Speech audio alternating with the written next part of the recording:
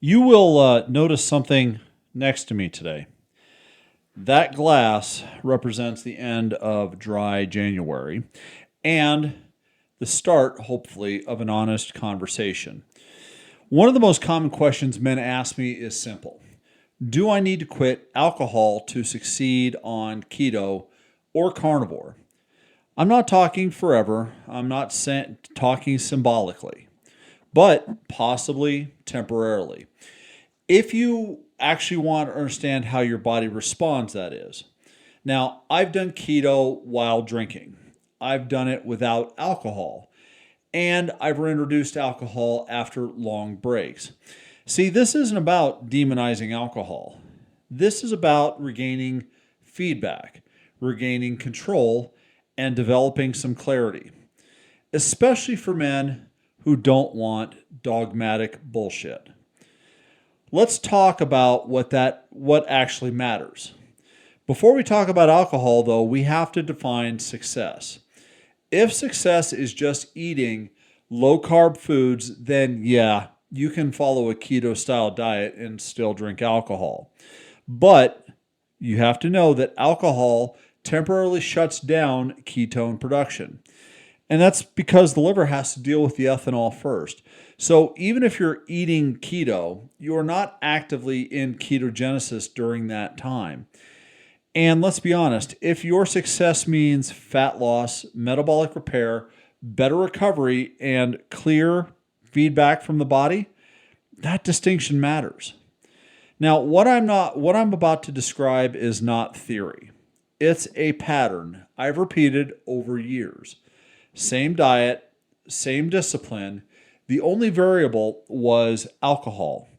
And every time alcohol was out, especially for a meaningful stretch of time, the same things showed up. First, my appetite. Hunger started to feel honest again. It wasn't muted, not noisy, just clear. And before that, I ate on a schedule or out of habit.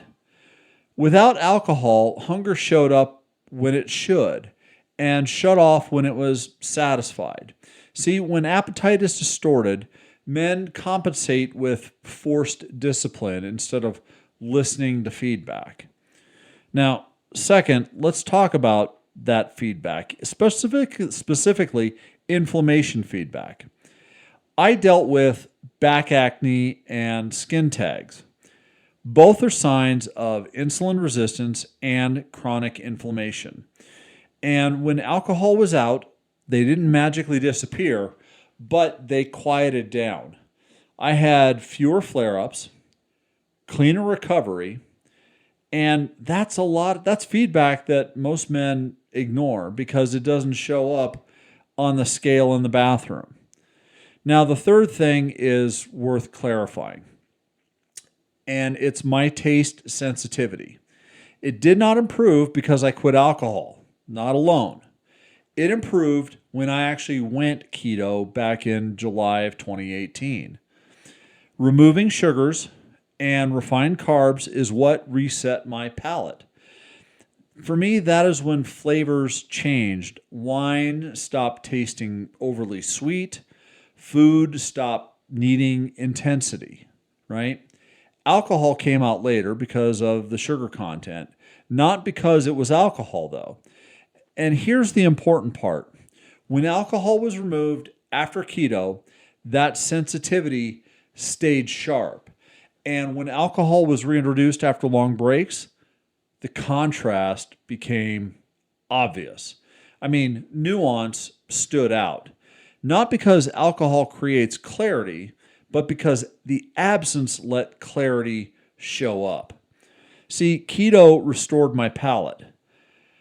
Temporarily removing alcohol protected it.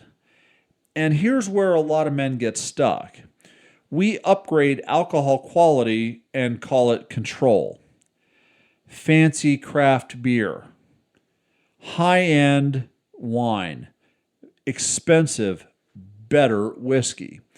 But quality doesn't change the frequency, and it doesn't remove the metabolic interruption.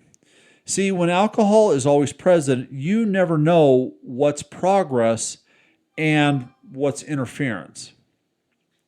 This is why temporary removal matters more than permanent rules. I mean, permanent rules sound disciplined, but they often fail. Temporary removal will give you information. As an example, last year after my rookie powerlifting competition, it was around my 54th birthday, I noticed something clearly. During the hard training weeks, alcohol interfered with my sleep and my recovery in the gym. So I removed it Monday through Friday, not as a moral stance, but as a performance decision. My lifts, they improved. My recovery improved. My sleep stabilized. See, that wasn't ideology. That was feedback. And for some men, that feedback points to longer-term removal, sometimes even permanent removal. Gentlemen, that's not weakness. That's clarity. And once you experience clarity, the patterns are hard to ignore. See, for some men, alcohol is social. For others, it becomes insulation. After losing my sons, I stayed functional. I was responsible. But alcohol stayed constant. I just bought higher quality. See, distance is what allowed me to see that clearly. Temporarily removing the alcohol created that distance. And distance creates insight. And that insight creates better decision making. So here's the honest answer. No, you don't have to quit alcohol forever, but you may need to remove it long enough to understand how it affects you. If alcohol comes back, it should be intentional, infrequent, and earned. But some men reach clarity and decide it shouldn't come back at all. Gentlemen, that is not a failure. That's information. The goal isn't moderation. The goal is alignment between insight and action. If tastes dull, if recovery suffers, if your progress stalls, then gentlemen, you already have your answer. This isn't about rules. It's about clarity. And clarity is something most men don't realize they've lost until they get it back. I like to say there is no downside to becoming physically stronger, metabolically healthy, and spiritually fortified.